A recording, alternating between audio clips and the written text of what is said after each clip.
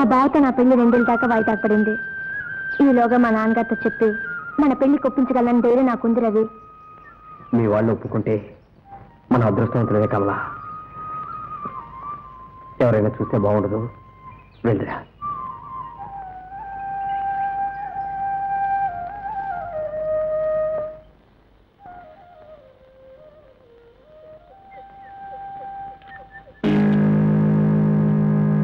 ఏం కమలా, బాగున్నావా? ఎవరు నువ్వు? నేను కమలా, గోపాల్ని. అప్పుడే మర్చిపోయావా? మన ఇద్దరు చిన్నప్పుడు దాగుడు మూతలు ఆడుకున్నాం. ఇప్పుడు చిన్నవాళ్ళం కాదుగా. నీ పెద్దరికమే చాలా ముద్దుగా ఉంది. ఆడినా పాడినా ఇప్పుడే అందం.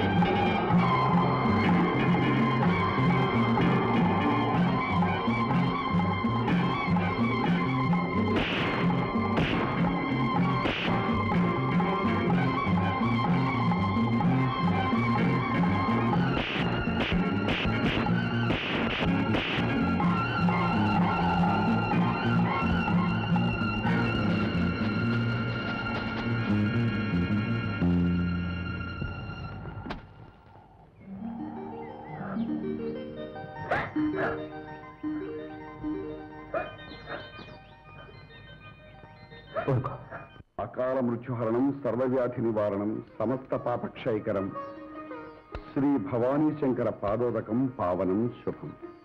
భవానీ శంకర పాదోదకం పావనం శుభం.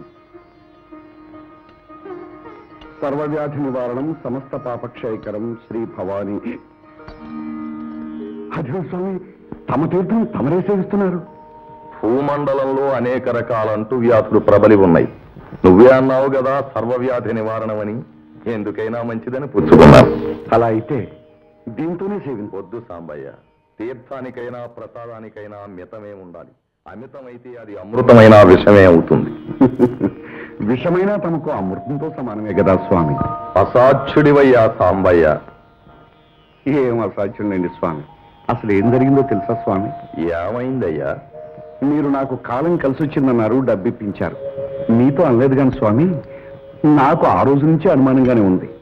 ఆ పాపిష్టి వాళ్ళ దగ్గర డబ్బు తీసుకున్నాను, అనుకున్న కార్యం అవుతుందా అని. చివరకు నా అనుమానమే నిజమైంది స్వామి. నా కూతురు పెళ్లి ఆగిపోయింది. పిచ్చివాడా, నీకు టైము కలిసి వచ్చింది, నీ చేతికి డబ్బు వచ్చింది, కానీ నీ కూతురికి కళ్యాణ కడియ రాలేదు. అంతేనంటారా స్వామి? కాక మరేమిటి సాంబయ్య? అయితే ఈ డబ్బుతో నాకు పని ఏమిటి స్వామి? తీసుకోండి. చెందవలసిన వాళ్ళకి చెందవలసిన టైములో చెందుతుంది ఆ హుండీలోవి.